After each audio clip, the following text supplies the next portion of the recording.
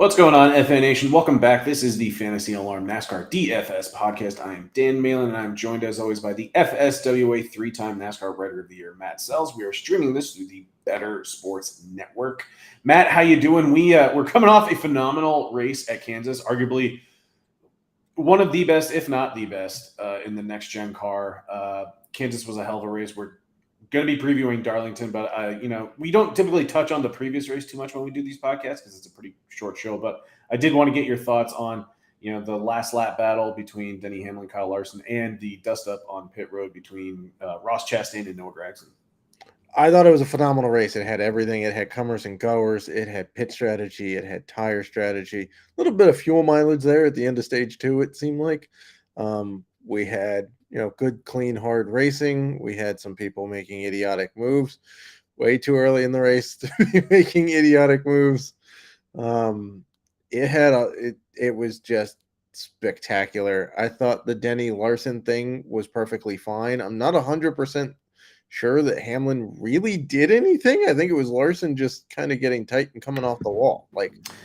I think you're right, and I tend to agree with you, especially because even when the last 20 laps or so, Denny was making up ground just because Larson kept getting loose. Right. It's not the first time that Larson hit the wall because Right. obviously he puts it up near the wall. So I thought the two of them were great and conciliatory at the the post race stuff. Larson very rarely talks crap about anybody, and I'm sure he's not going to do it to Hamlin because they're basically on the same plane. Ross Chastain, I think, may overtake Chase Elliott as the most popular driver in NASCAR this year. I think it's happening. Also, Larson has said that too, by the way, so I'm not the only one that thinks it. He gave Gragson warnings. He told him to stop. He told him to let go. Gragson didn't, and then he landed a square one. So nice hook. Congrats, man. And then, by the way, anybody that smiles after punching you in the face is not somebody you really want to go mess with. I don't know if you saw that shot from behind his car, but as they were pulling Gragson off of him, Chastain was there with a big old grin on his face after punching Gragson. So, I'm not messing with that guy. just not.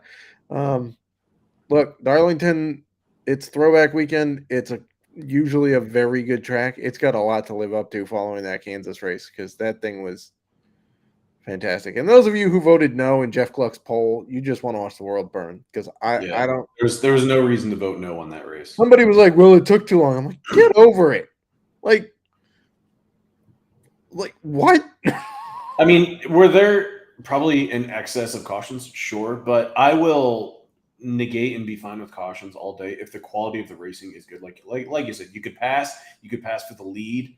In general, the tire wear was a good narrative as well. You had 3 grooves to race the entire day. Yeah, 5 wide restarts were insane.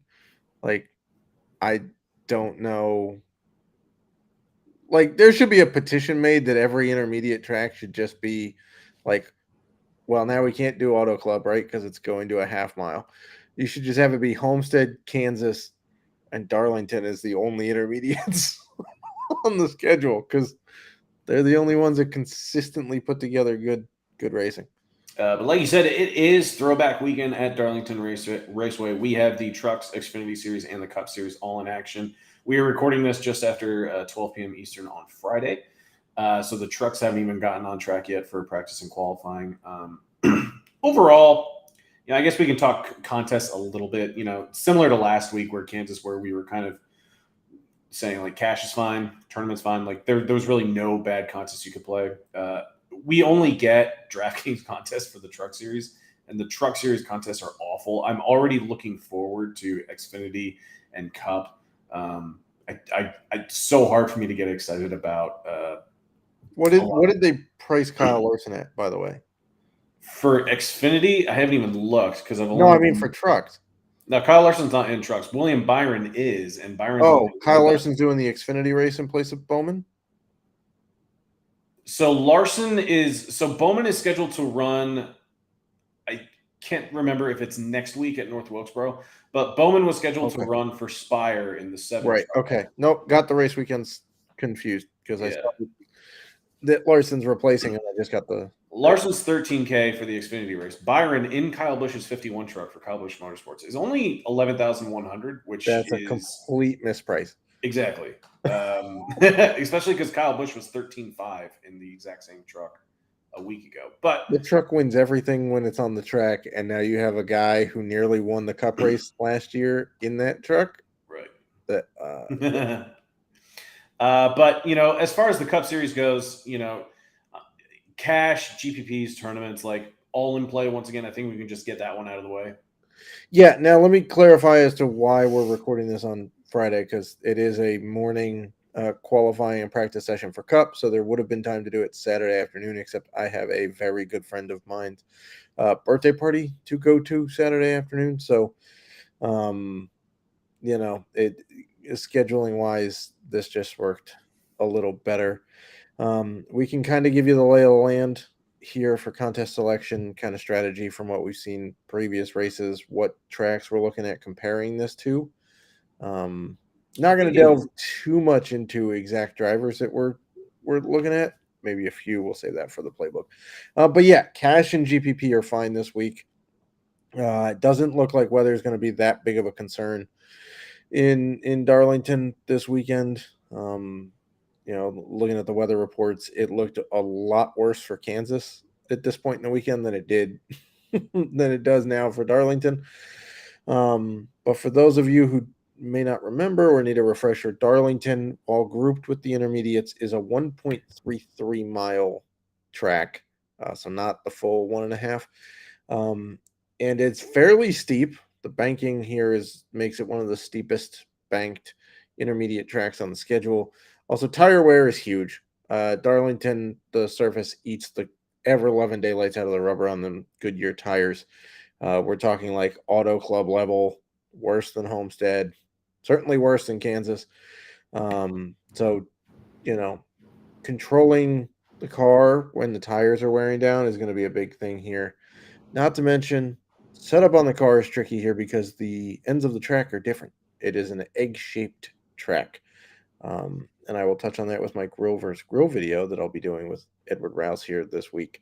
Because I'm grilling something specific for Darlington. I like to theme these. So we'll talk about that in the grill versus grill. But it has to do with a pond at the end of one end of the track that they didn't want to destroy. So it makes things a little tricky. Guys that can figure this track out are usually good here regardless of what's happening elsewhere.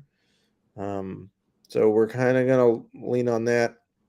For me, in terms of tracks that compare to it, I'm looking at the 4 main intermediates that they've run this year. Auto Club is an intermediate, sure, the 2-mile track, whatever. High tire wear is huge at Auto Club, so that compares.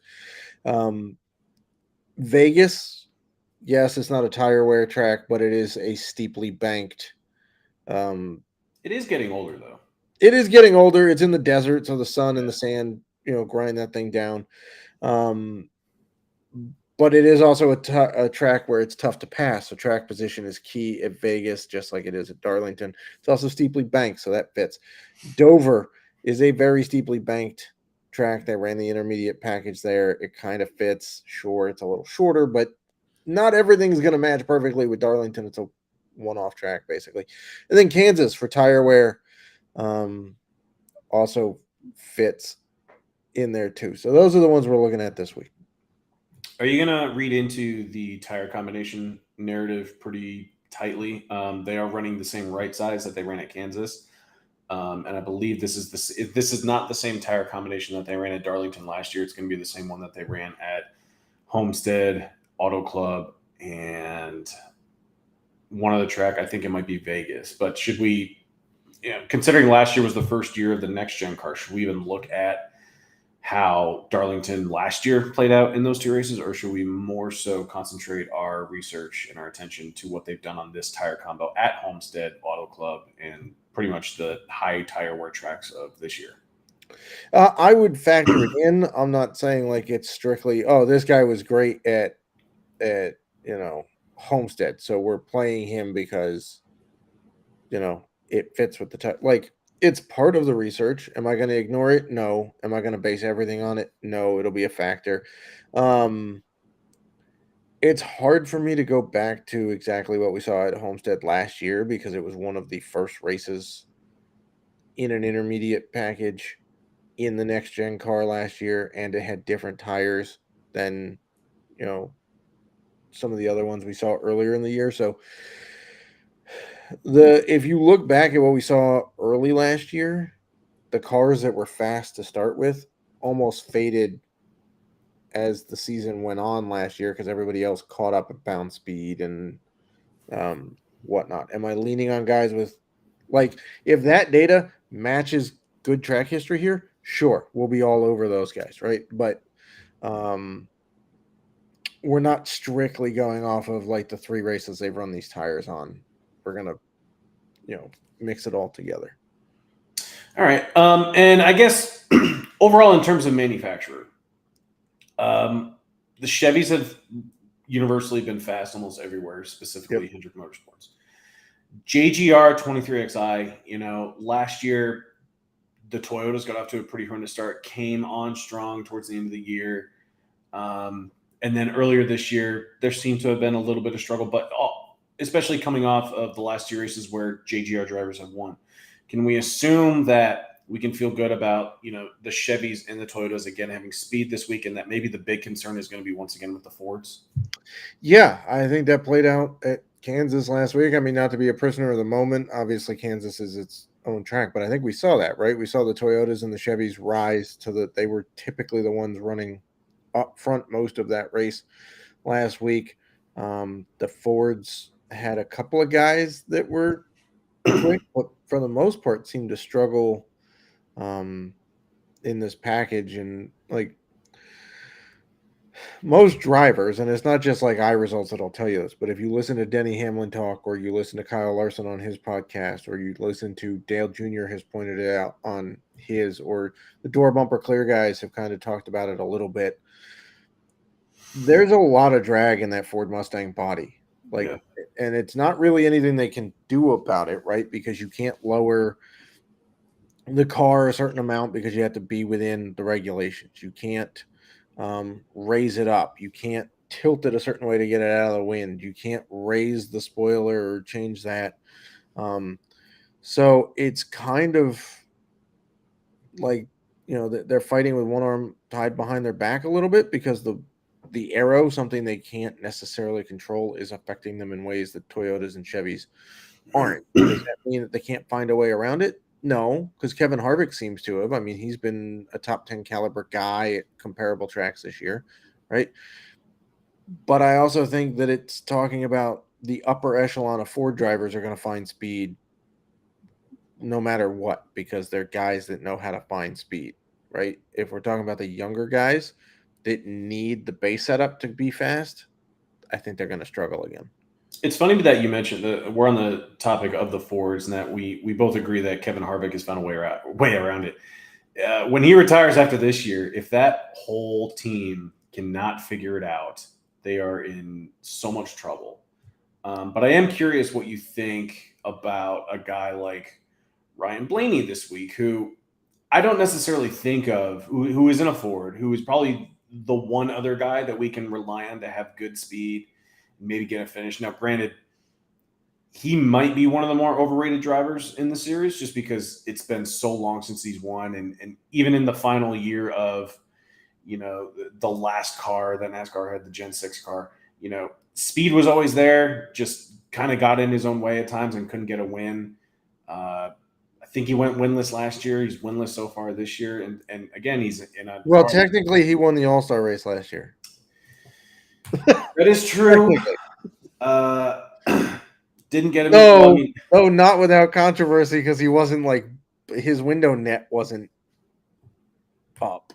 I remember that. Like he was literally holding it up. But right. Speaking of, I would trust Logano more this week than Blaney. Well, that I get, because Logano won this race a year ago after he punted William Byron out of the way. Well, okay, but he was also on the pole. He was going to pass Byron regardless, so he just didn't need to move him. Right, exactly. That was the thing. But he also finished 4th here in the fall. Yeah. He's one of two guys that finished top 10 or top 5 in both races last year. Tyler Reddick's the other one, which is an interesting thing as to do you trust him or do you trust the car more?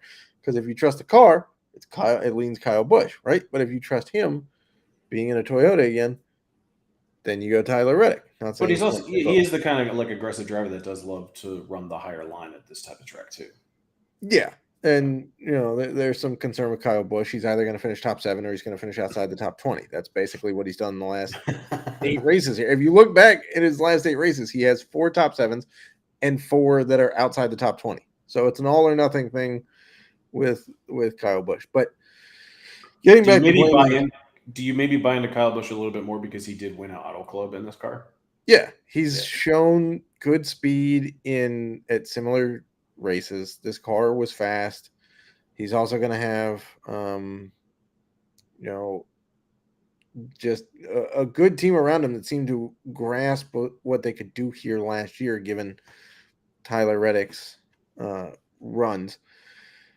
And I do think that Kyle Busch is a sneaky tire management guy. Like, we have to remember that Kyle Busch has won at every racetrack that the NASCAR Cup schedule has run on, except for a couple of the brand new ones that they've only run once or twice, right? Like, he hasn't run at the Roval, okay, never won at the Daytona Road Course or Road America, but those are all like brand new. They've only been run like a total of 6 times, right? Yeah.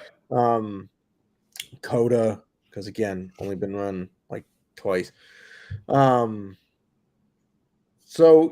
going back to the Fords, I don't know. I think Ryan Blaney has to show me something at this point. I don't really care like how mid-tier he's priced. He's still struggling to pay off value. What are you doing with a guy like Chase Briscoe, who in this intermediate package has really had his struggles, and he isn't a Ford, but he's 7,300. The price tag just continues to drop. This is the cheapest he's been since the Busch Light clash at the Coliseum. I mean, it just seems like Stewart-Haas Racing in general is struggling at times, aside from Kevin Harvick, but they're especially struggling with Chase Briscoe, who it seems like the last 2 races he's just been routinely running 30th. Yeah, I just think, I think part of the issue is that if they don't nail the setup in the shop, there's not enough track time for them to figure out. Like, if it's off by a lot, you're screwed. Yeah. Like, there's been a ton of talk this week. I don't know if you saw the Bob Pockrass videos that he was blitzing Twitter with the other day about, it's Throwback Friday, so what do these drivers want to throw back to that they used to have? And almost everybody said more testing, like more track time. Kevin Harvick said it. I think Denny said it. I think Kyle Busch said it. I don't think Larson said it because he drives so much for everybody else that he doesn't necessarily but I think that's part of the problem, is that they know what they need for Kevin Harvick because he's driven all these tracks a bunch, but the other guys are still trying to figure out what they need aside from Almirola. And if the setups are on, they're just up a creek.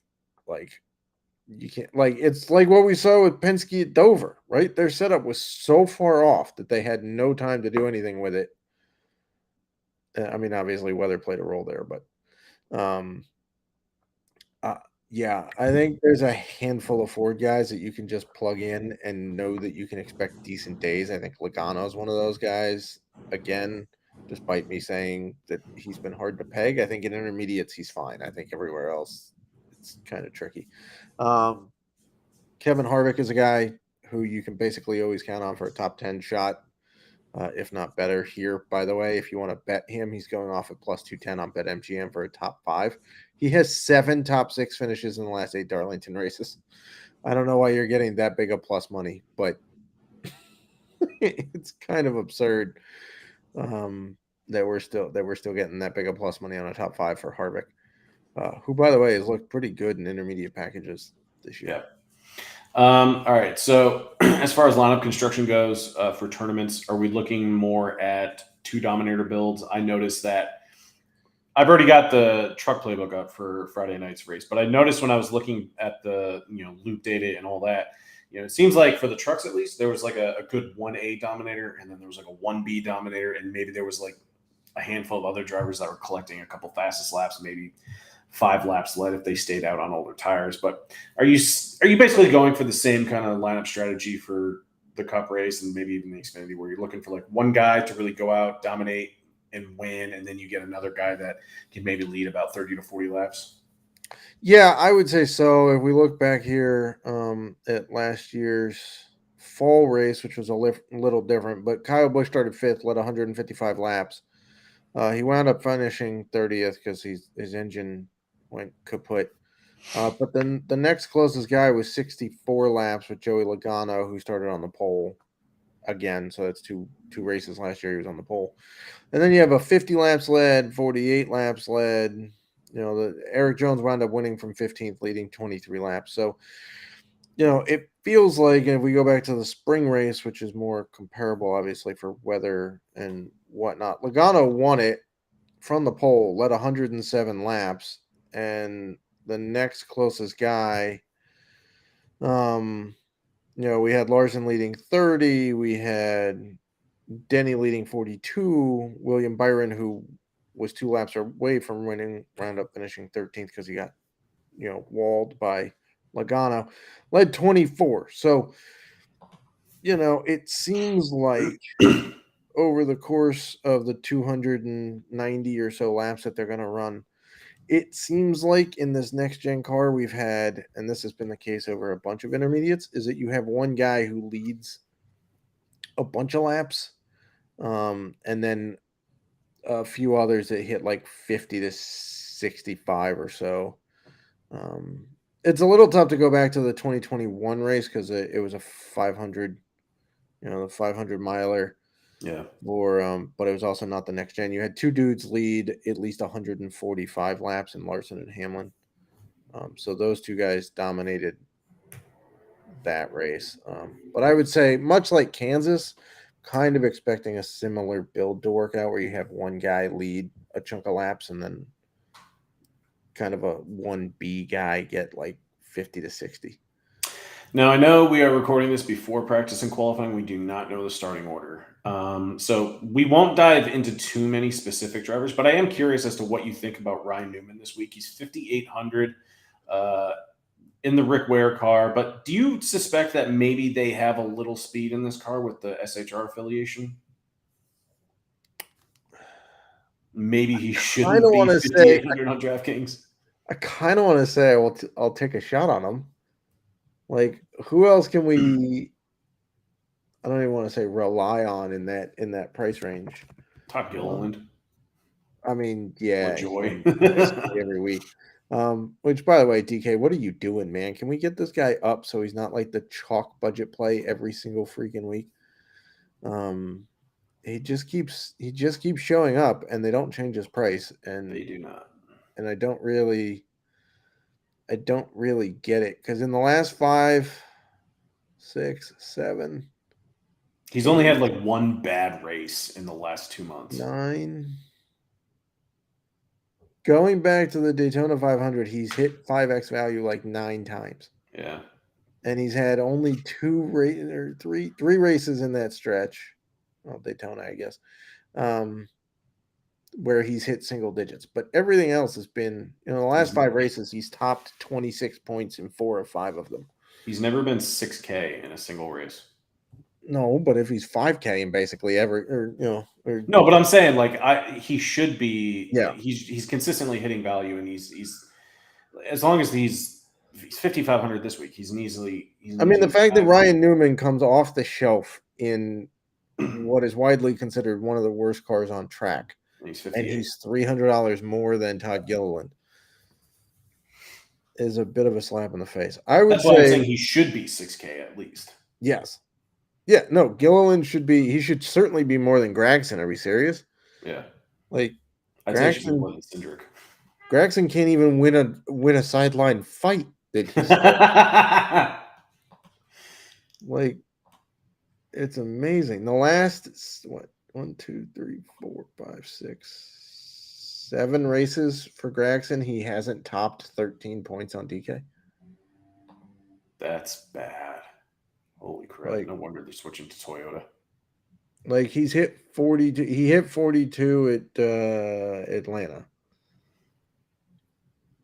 But then he had a run where he didn't top 20 for a while. And like dating back to the Daytona 500, sure, he beat it in the Clash and the duels, but who cares about those? Dating back to the Daytona 500, Noah Jackson has topped 20 DK points one time. It's amazing. And yet, he's priced higher than Todd Gilliland. And I mean, he's still making headlines for the awful haircut and getting punched in the face. So, I mean, he's remaining relevant. Sure, but I don't know. I'll take a shot on Newman. I mean, Newman ran decently well here. It's not like one of his best tracks. Sure, the equipment is questionable, but what do we remember from Newman? Being hard to pass. Yeah. What is it tough to do at Darlington? Hard to pass. So if he can at least keep the car on track, I think he outruns, I think he finishes top 30, which Would this also be his first race in the next gen car? Has to be, right? Has to be, I think. Yeah. I would think. I don't recall him racing last year. I don't think he did.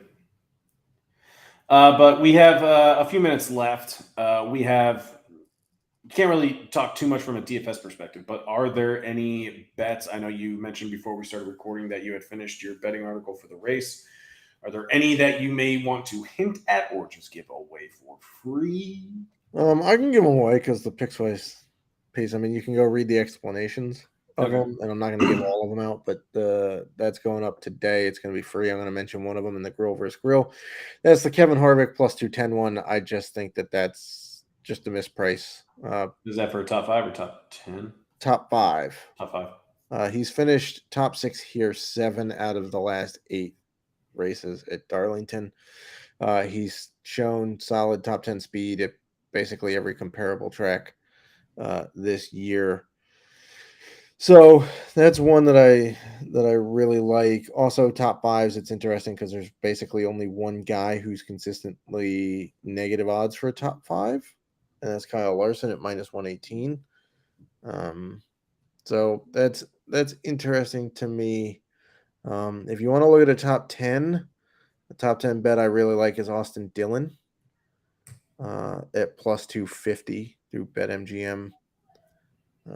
If you're looking elsewhere, he's plus 230 on FanDuel for that, plus 225 at Caesars. So plus 250 at BetMGM is the best return. Yeah. He has finished top 10 in most of the intermediate tracks this year. He has the 7th best average finish in the last 8 Darlington races at 11.9. He's got 5 top 10s in the last 8 Darlington races. And I just feel like over the last year and a half, like he's gotten a lot better at intermediate tracks on his own. And then you add to the fact that they've gotten way better at intermediates with Kyle Busch there this year. I don't see. Sure, he's going off at 100 to 1 to win, which I also, by the way, put as my long shot bet. So I don't know. Plus 250 for a top 10 is pretty decent return. I'm looking at BetMGM. They have a matchup between Daniel Suarez and Noah Gragson. It's not great value, but Daniel Suarez is minus 225, and we've talked numerous times about just how bad Legacy Motor Club is right now, and you just went on a small rant about how bad Noah Gragson has been, especially finishing races of late. And yeah, Suarez a year ago in this race, he finished 10th. September of 2021, he finished 13th, and I guess in even last fall's race, he started 36th and finished 18th. I have much more faith if they both run a clean race in Daniel Suarez and that team's speed than I do of Noah Gragson. So, if we're taking head-to-heads, I would take Daniel Suarez, even though it's minus 225 over Noah Gragson. Yeah. All right, so I'll throw out my interesting head-to-head, and I know people think I have an affinity for Bubba Wallace, but I really only put him in there when it's like, when it makes sense. And this one to me seems a little odd. So DK has Bubba Wallace against Brad Keselowski head-to-head. Keselowski's minus 130, and Bubba Wallace is plus 105. that seems interesting. If you look at their track histories, clearly Brad Keselowski has the advantage there, though. I will say that they finished fairly close last year in the fall. Keselowski P7 and Bubba P9. If you look at this year, though, over the 4 comparable races, they have almost identical average finishes, just with the pure average finish. If you look at Auto Club and say, okay, Bubba blew an engine, finished P30, but he was really running inside the top 10 when that happened. Bubba has a average finish between 7th and 8th in the 4 intermediate races this year. And then if you dig a little deeper, you'll find out that Bubba Wallace and Keselowski are even odds to win outright. Bubba is shorter odds in top 3 finish. He's shorter odds in top 5 finish, and he's shorter odds in top 10 finish.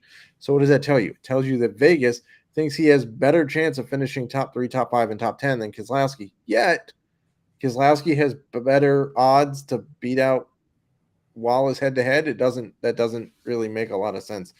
So I'm not saying I'm terribly strong on Wallace this week because this hasn't traditionally been a good track for him. But if all he has to do is outshine Keselowski and you get a plus 105 return, that's fine with me. That's a nice bet. And I mean, it doesn't necessarily hurt, but I mean, he's also running the truck race, and truck time is truck time. Yep. All right. Well, Matt, thank you so much for your time. That was Darlington. We will be in the NASCAR DFS Discord all weekend answering your questions. So best of luck to you, Matt, and best of luck to the FA Nation.